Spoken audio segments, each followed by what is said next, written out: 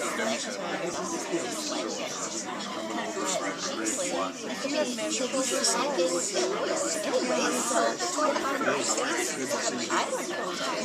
she nervous?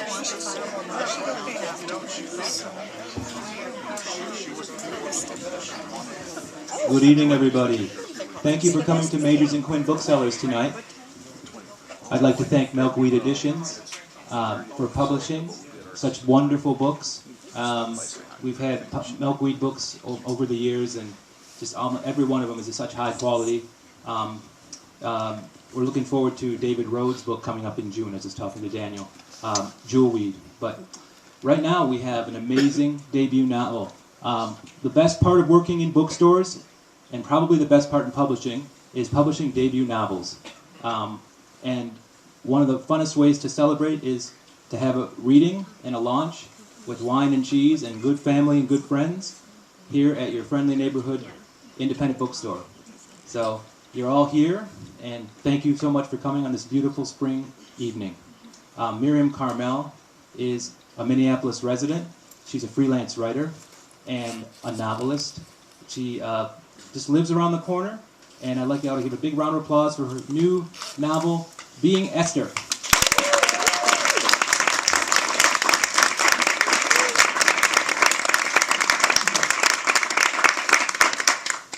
I love debut novel since I'm no ingenue, as I said. Sort of fun. Thank you for being here. It's fun.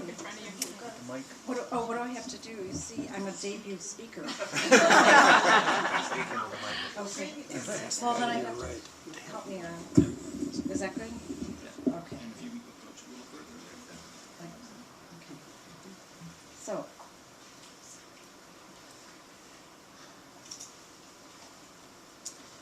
Esther Lustig is 85 years old. It's a fact, a circumstance that has caught her by surprise. In one passage, she reflects, "Suddenly I am old, not just old, but very old." The book moves in and out of time as Esther reflects on the past while struggling in the present to maintain her independence and dignity as both time and her body betray her. How's that? Do you want to make another adjustment? I'm cool with that. I was going to tell you all the things that happen in the book, but I'll just read this one passage. But first,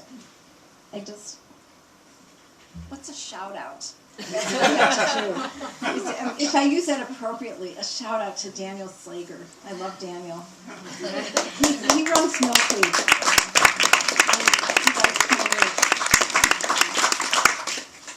Also, Jessica came in from New York. Thank you.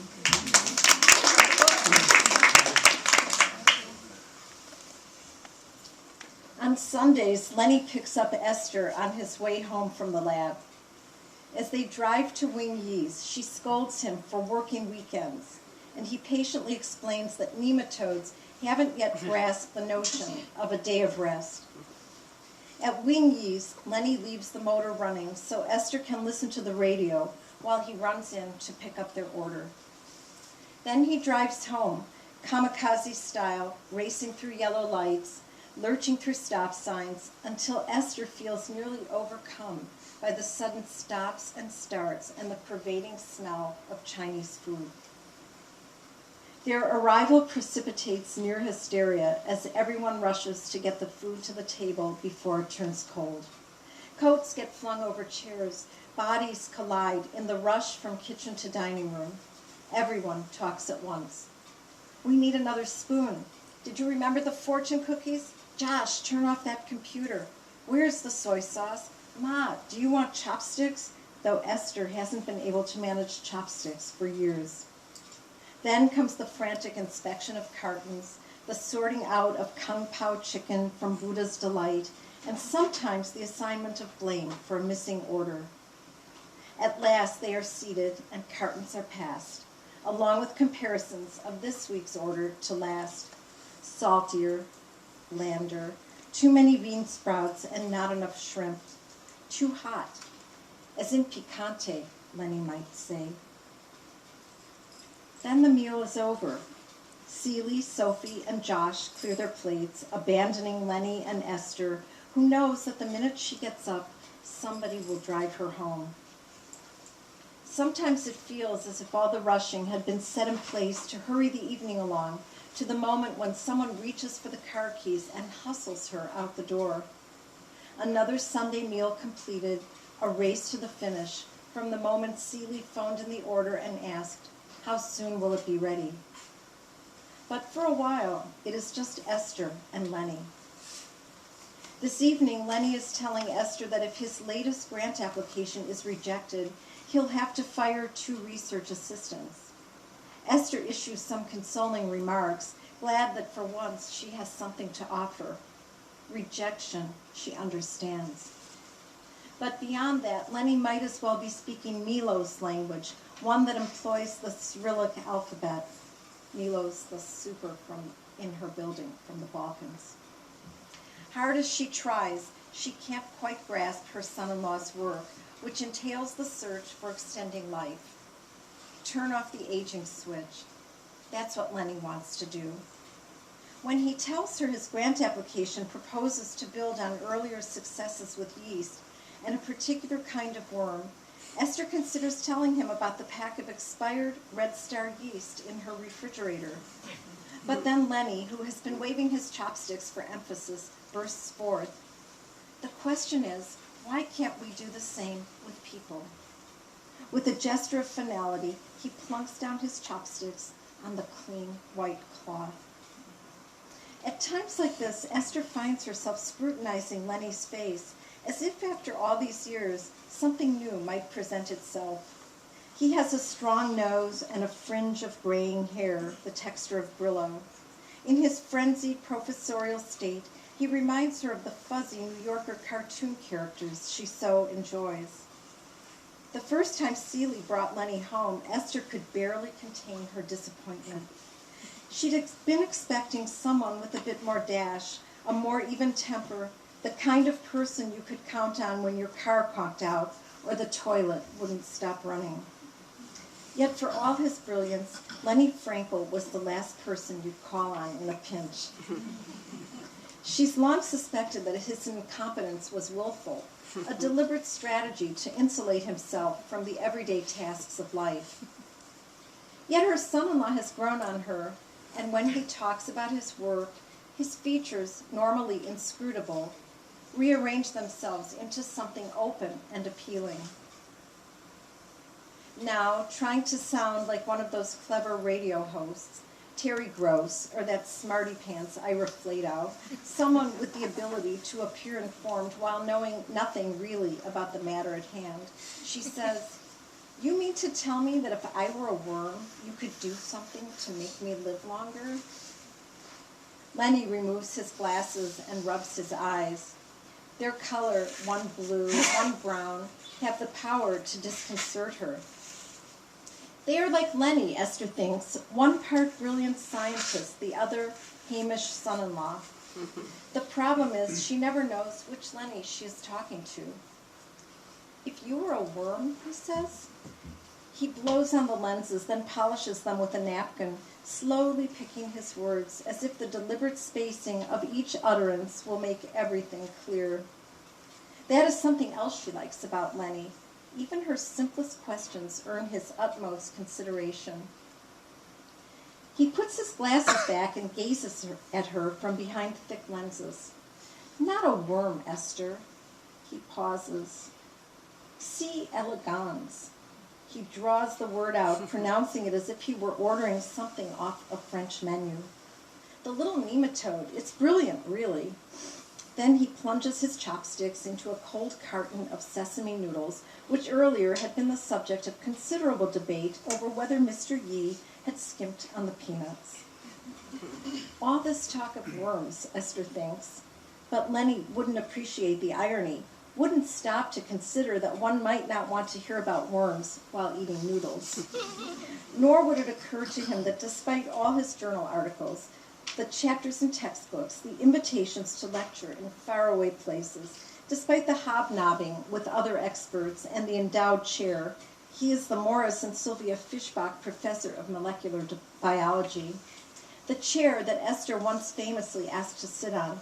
Despite all that, she can tell Lenny Frankel a thing or two about getting old. And not once will she have to talk about worms at the dinner table.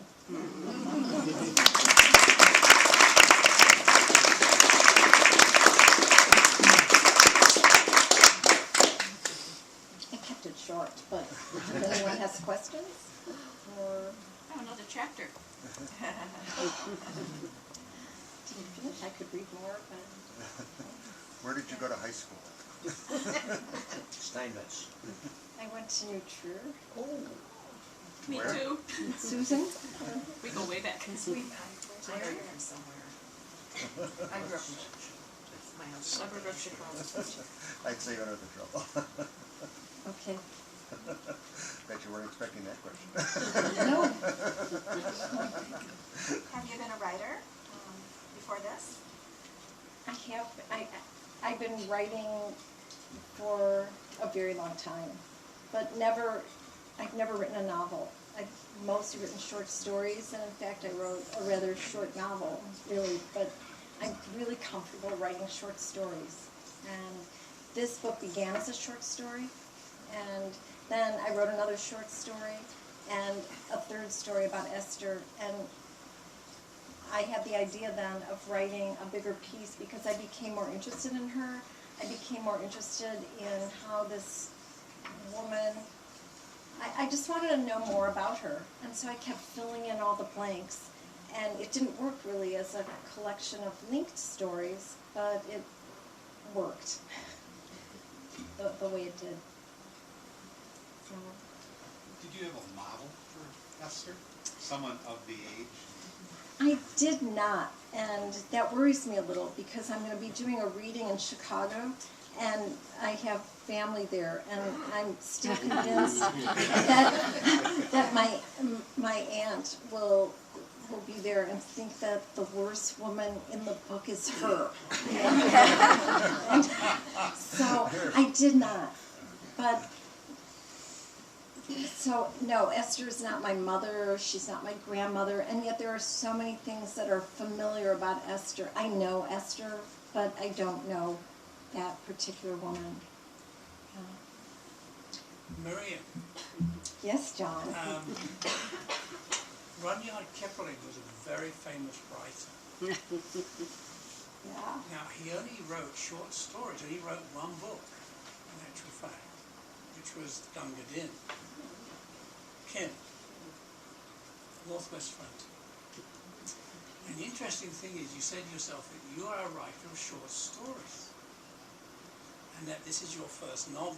So there's a direct correlation between Kipling. Oh, I like that. Just by That's right. Nobel Prize for literature, just for writing one book. There you go. Thank you. Oh, we've got people here. Hiding in the corner. Once you had this set of stories, did you sit down and make an outline to decide where the novel was going to go, or how did you work to go from your set of stories to a final polished piece? Index cards. Index cards. I mean, it wasn't really an outline. I would just think, this afternoon I read a passage about Esther buying her first book, and I started to think, well, what was Esther reading? And then all of a sudden I had this whole passage about her buying a book and how the book affected her. But I didn't quite know where it would fit. But there is a linear progression because it starts when she's young, and it goes all the way to the end. I mean, Did you know, that as she was where it ages. was going to end, or did that come to you as you worked through the story? The ending, I didn't know how it would end. Did you have any surprises along the way? Oh, no. Any what? What? Surprises. Did I have any surprises? No. You were in control of Esther, she wasn't in control of you. No. I'm a control freak. Tell us how the cover relates to the story. Oh, okay. Sherry Roberts. Can you repeat the question? Sherry Roberts, who's in the Wednesday morning writing group that's run by Faith Sullivan, who is in Los Angeles as we speak, attending to a new grandson. Is that right? And Ann Woodbeck's here, and Janet Hannigan, and Laura came from the group, Laura Bowden. You have to tell me what the question was again. How the blue dress. Oh, the blue dress. Okay. Esther had a blue dress that she tried on a few times a year to make sure it fit, because she wants to be buried in it. And I don't know where that passage is. I could read a little bit of it, but I have to find it. There's a book. Oh, thank you, Sherry. She's really good. There is a wonderful book trailer that the folks at Milkweed put together. It's really lovely. And so if you, how can they find it? Google book trailer for Fight Fair. Okay, book trailer, Being Esther. And, Take the microphone here. okay, so there's a book trailer that does a little bit about the blue dress, and it's the passage from there, and it is very sweet. But she does try this dress on to make sure it fits, because she does want to be buried in it, and she's worried that when the time comes it won't be quite right. But it's a dress that goes way back, and it was her favorite dress, and it was maybe the one dress she bought that wasn't on sale. So I could read more, or I have a question. okay. Do you have a question? Yes, are you working on anything new right now? I am, but it's a short story. I have a question. You're originally from Chicago?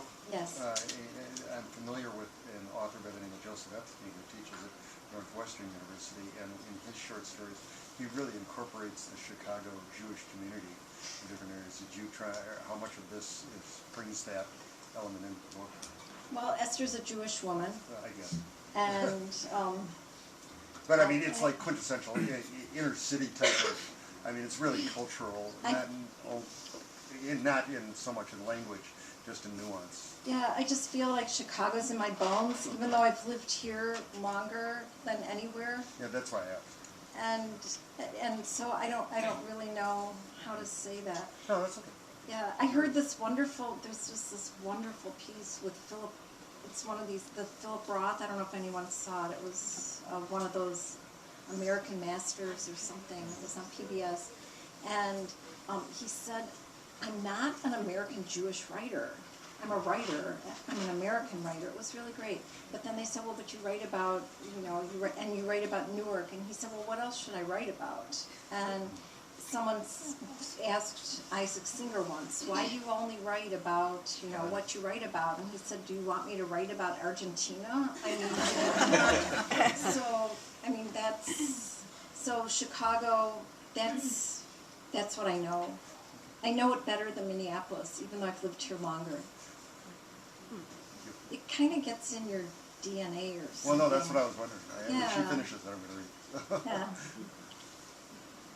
Along the way in writing this book, what has Esther taught you about aging? What has Esther taught me about aging? Katie's an English professor at St. Kate's, so this is what she probably asked. I'm taking a test now. Thank you. That's a good question. And I will read the book, but I want No. It's very poignant. It's not so much she fears aging as she fears losing it. And she's really trying to maintain her dignity and her independence. And I think it's taught me that, and she doesn't want to be marginalized, yet she is. There's a passage where she's having dinner with her granddaughter and the granddaughter's boyfriend, and they're real foodies, and the boyfriend shows up with a bicycle, and he calls her Esther, And she's kind of offended, but then she sort of likes him and starts flirting with him, and they've had a glass of wine, and she's kind of leaning into him, and then at some point though, they start condescending to her, and she's really annoyed, and so I think there's that idea of just feeling marginalized, as in this passage where. And actually, she really enjoys this son-in-law. He sits with her and talks to her, but she's getting ready. She's prepared to being rushed out the door and brought back home. And so it's kind of like she's trying to find her place. And so we all need to be really kind to older people, because maybe it won't happen to us.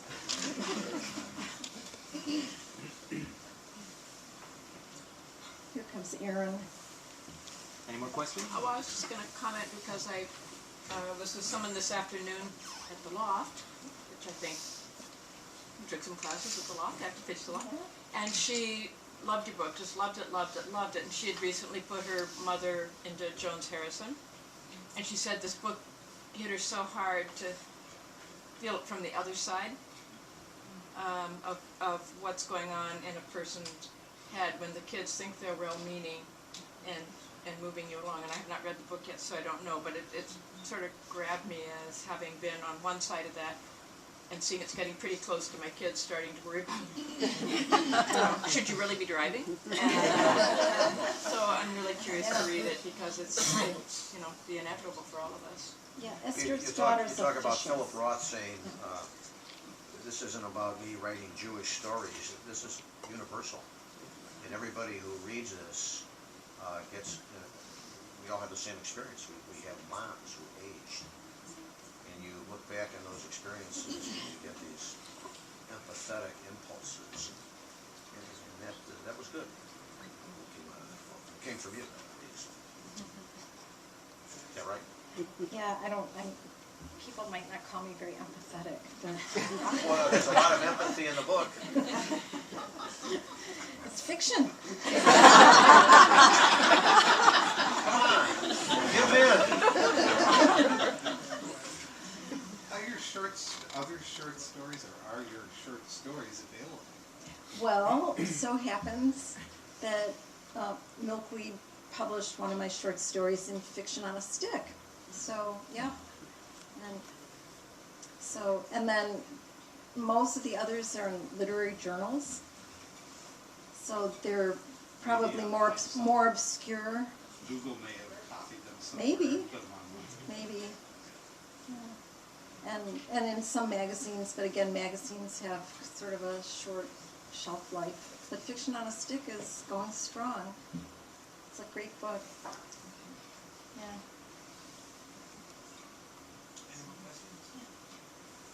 You got me thinking about the cover, Mhm. and what I'm kind of wondering now is, does the author have some influence on what the cover's going to be, or does the illustrator read the book and then come up with ideas, or is it a collaboration, or how did it work in your case? Milkweed kindly has kept me in the loop, as far as I know, all along. So the first cover, there was a cover, and then there was another cover, and I liked them both, and I can't really speak to the selection process, but I think someone reads the book and then comes up with an idea. And the blue dress does play a significant role throughout the book. It's not really another character, but it's important. But to you don't Esther. choose the cover. No, right? No, but that wouldn't be a kind of decision I would be good at And making. I don't think any author ever does.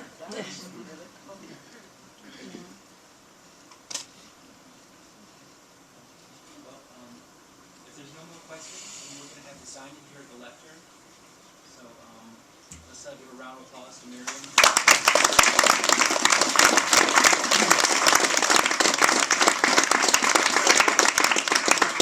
Thank you. There are, yes. Yes, and if everyone wouldn't mind kind of moving the chairs to the side. Thank you.